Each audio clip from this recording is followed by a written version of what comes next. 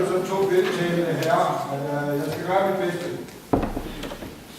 Dagen i dag, nemlig den 2. december 2012, det er en stor dag for Nordmark Sogn, men ganske rigtigt, som han Berner sagde, det kommer aldrig nogensinde til at blive større end dagen samme dag i 1962. Det synes jeg også, jeg kan læse af den historie, jeg har forsøgt at sætte mig ind i. Dengang der fejrede man indvielsen af Stormarkskirken, og selvfølgelig også det nye kirkeår. Men i det, som jeg har læst, at der står ikke så færdigt meget om det nye kirkeår. Det er nok mere den nye kirke, der har vægtet, men jeg er dog overbevist om, at det nye kirkeår også har fyldt en hel del af livet. Der var den der ikke mindre end 3 kirkelige handlinger. Der var faktisk 4, for der var noget meget tidligt om morgenen også. Men i hvert fald her i Rummen var der 3 kirkelige handlinger. Velgudstjeneste med indvielse og indsættelse af Alvinus, som sidder der, som den nye sognepræst. Og så var der familiegudstjeneste om eftermiddagen. Og ovenpå alt det festivitas, så må man også hellere finde ro om aftenen, så derfor holdt man en gudstjeneste der også. Mere om Stormarkskirkens tilblivelse og Stormarkskirkens historie. Og sådan er det, og det skal jeg bare respektere. Jeg har først kommet lappen ind på et væsentligt senere tidspunkt, og jeg må selvfølgelig respektere, at der er nogen, der ved meget mere om det, end jeg gør, og det gør jeg i øvrigt med glæde. Så det var egentlig sådan, at der var 2 herrer, Danielsen og Manning, der samledes med i Danegade gang sidst i 30'erne formodentlig, og besluttede, at vi skal have en kirke herude. Og der blev hørt samlet lidt penge ind. Det første, der blev samlet ind, det var 10 kroner. 10 kroner var det.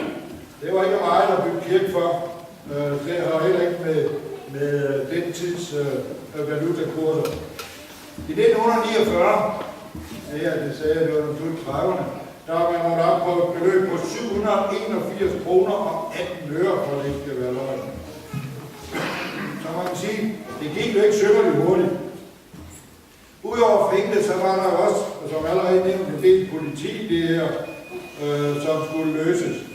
Flertal i Nakskov Sogn, som det hed dengang, nu i øvrigt Sankt Nikolaj, og så var det øvrigt også til socialdemokrater, dem var man skam igennem, mente ikke, at der var behov for endnu en kirke i Nakskov Sogn. Men herom var der heldigvis flere meninger, og det er grunden til, at vi er samlet for at fejre Stormarkskirkens 50-års fødselsdag. Efter menighedsrådsvalget i 1947, hvor det var blev født, blev der nedsat et udvalg bestående af 5 medlemmer, der skulle se på sagen omkring muligheden for at etablere endnu en kirke i Nakskov. Den 15. januar 1948 der holdt udvalget sin første møde, og på det møde der blev Victor Kornlins, som allerede er nævnt, valgt som formand. Victor Kornlins, som jeg heldigvis også har mødt og set på harmonika og det hele, var en mand, som var i stand til, at selvom han selv var lidt af en hilseprop, så var han rimelig i stand til at bøje genstridige ender mod hinanden. En ikke dårlig egenskab, synes jeg i hvert fald. Kirkeministeriet, dem har man selvfølgelig også sine problemer med. Det hører det, man har ministeriet til at opdage. Og ikke mindst kontorchef Frøken Siersted. Det kan forestille mig over den. Det var jo sådan, at kirken her jo gerne af stiftmidlerne ville låne 90.000 kroner. Hvilket ministeriet på det tidspunkt jo skulle give tilladelse til, det skal til så meget andet. Og derfor blev det besluttet at sætte Provst Akker, der skulle egentlig have med en anden, men det blev Provst Akker, på grund af, at sekretæren ikke kunne. Så Akker, han smutter lige i København, det tog lidt længere tid dengang, og møder Frøken Siersted og fremfører sit ønske. Og Frøken Siersted, hun hister sig op og råber og skriger, der er aldrig bør blive tilladelse til at låne ud af stiftmidlerne. Og det går jeg ikke med til. Det gør jeg ikke, sagde hun. Ja, det står selv skrevet, så det må være sandt. Men Akkerson var en besindig herre, var jo så Frøken Siersted, nej, men det kan de ikke. Men de kan vælge hele projektet Tør de det? Nej, det turde frygten siger sig heldigvis ikke. Og det var jo et af de der mange små mirakler, der har været på vejen frem til tilblivelsen af Stormagtskirken.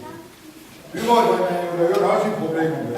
Først var det til gavnbiler for en grund, som kirken blev bygget på. Men allerede dengang, der havde man noget med, når man brugte penge, så skulle man deponere tilsvarende beløb i en eller anden mærkelig kasse. Og det blev kommunen også stillet over for dengang, og derfor var man så nødt til at frafalde det her krav. Men også her skete der en lille mirakel. Der var nemlig en herre, der havde lavet sig en grund i området for mindst 35.000, og den tillod han sig så at stille til rådighed for det halve beløb. Det som koster, det må så være 17.500 kroner, og de 17.500 kroner blev hørt vedregnet i forhold til det, som menigheden, altså jeg nævnte, blev rundt med indsamlingsbøsser, der er samlet sammen, julebasar og hvad der ellers har været, så de talte med positivt på det regnestykke. Der var også et helt andet problem, det er måske et af de helt interessante, nemlig at Stormagtskirken skulle være en distriktskirke med en kaldskabelin, eller det skulle være en sognekirke, eller der skulle finde en sognedeling sted. Og sådan blev det heldigvis. Igen det her, nogen holder fast, nogen bliver ved, nogen kæmper, og til sidst så lykkes det. I marts 1961, der blev arbejdet ved påbegyndt, og den 18. juni, der blev grundstenen nedlagt herude af biskop Høgsbro for Vestermarks Nielsen og igen Cornelis.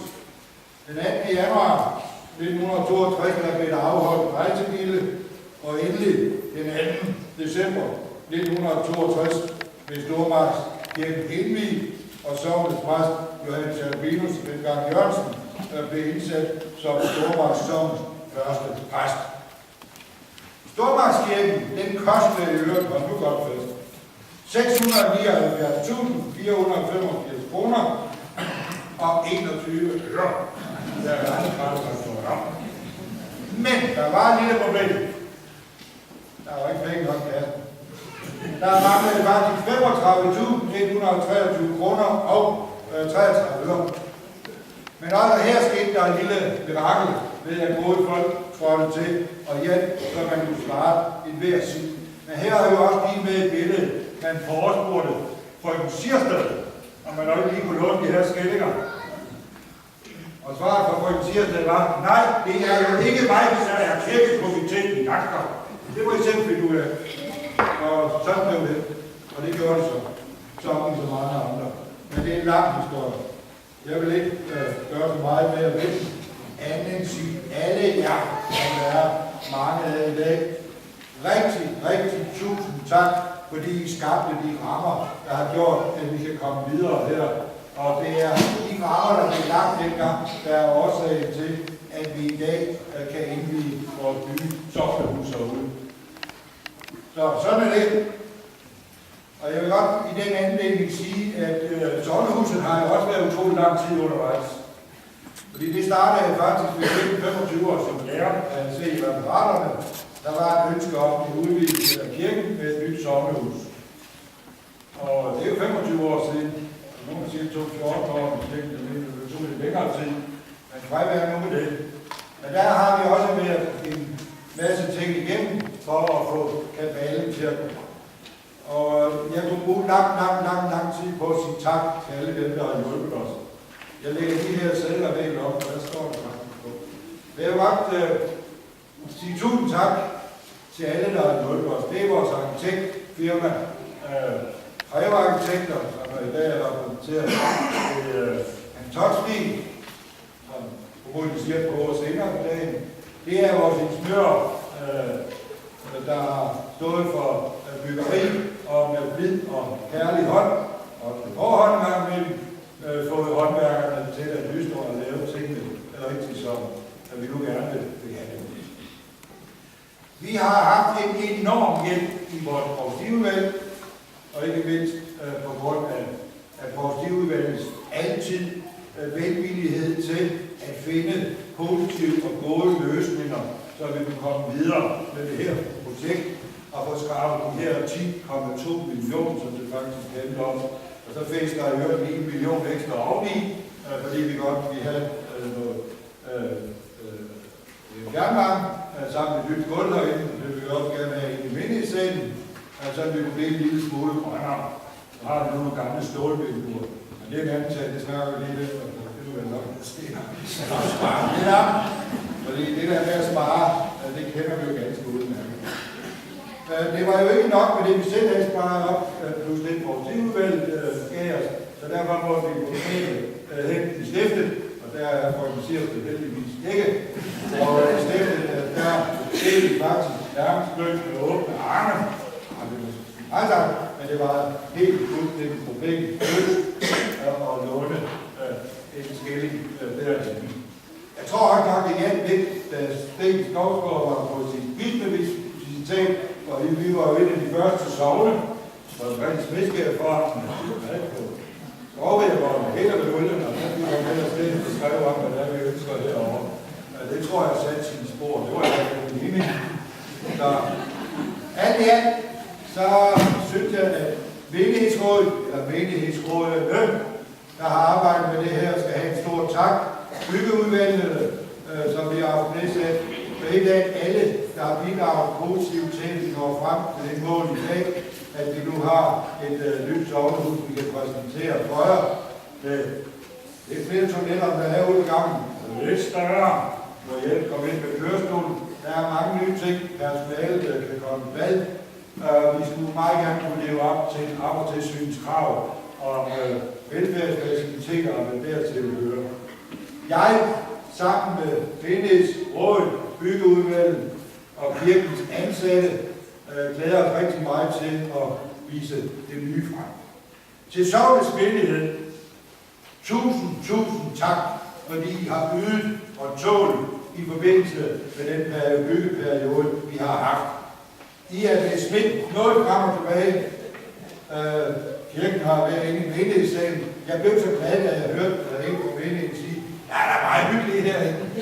Så det var alligevel ikke så rigtigt. Vi har prøvet lidt af hvert, at vi er kommet igennem ved at holde hinanden i hånden og gøre det i fællesskab. Rigtig hjerteligt tillykke til jer alle sammen. Dels med det nye kirkeår, dels med kirkens 50-års fødselsdag og med det nye sognehus. Tak for det.